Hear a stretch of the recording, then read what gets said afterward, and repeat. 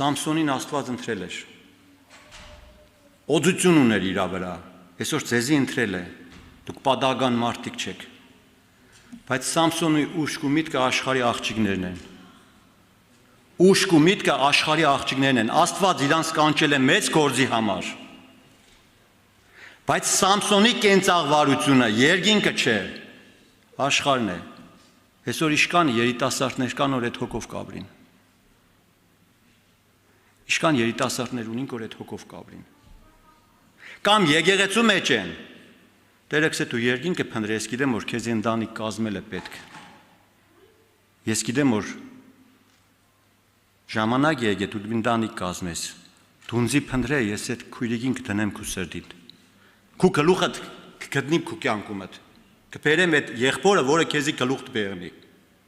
Բայց այսօր շատ եղբայրներ ու քույրեր կներեմ քեզ խոսքի համար, կսեմ, որ ձեր ներսը բժշկություն եղնի։ Եղբայր հայացքով, գործով, գուզե դիմացինին ցույց տա, որ անտարբեր չէ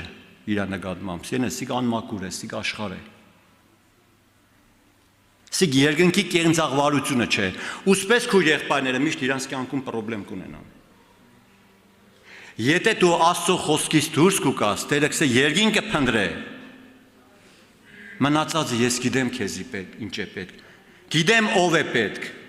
Առաքինի կինը Տիրոջից է։ Կներեք ես խոսքիս համար, եթե դու Աստծո խոսքից դուրս կուկաս, կգտնես մեկին նոր, ինքն էլ Աստծո խոսքը չի սիրե, քու այդ նայվածքիդ նայվածքով կպատասխանե, հետո վերջում է դե իրար հասակ կյանքում խնդիրներ կունենաք։ Մինչև ապաշխարեք։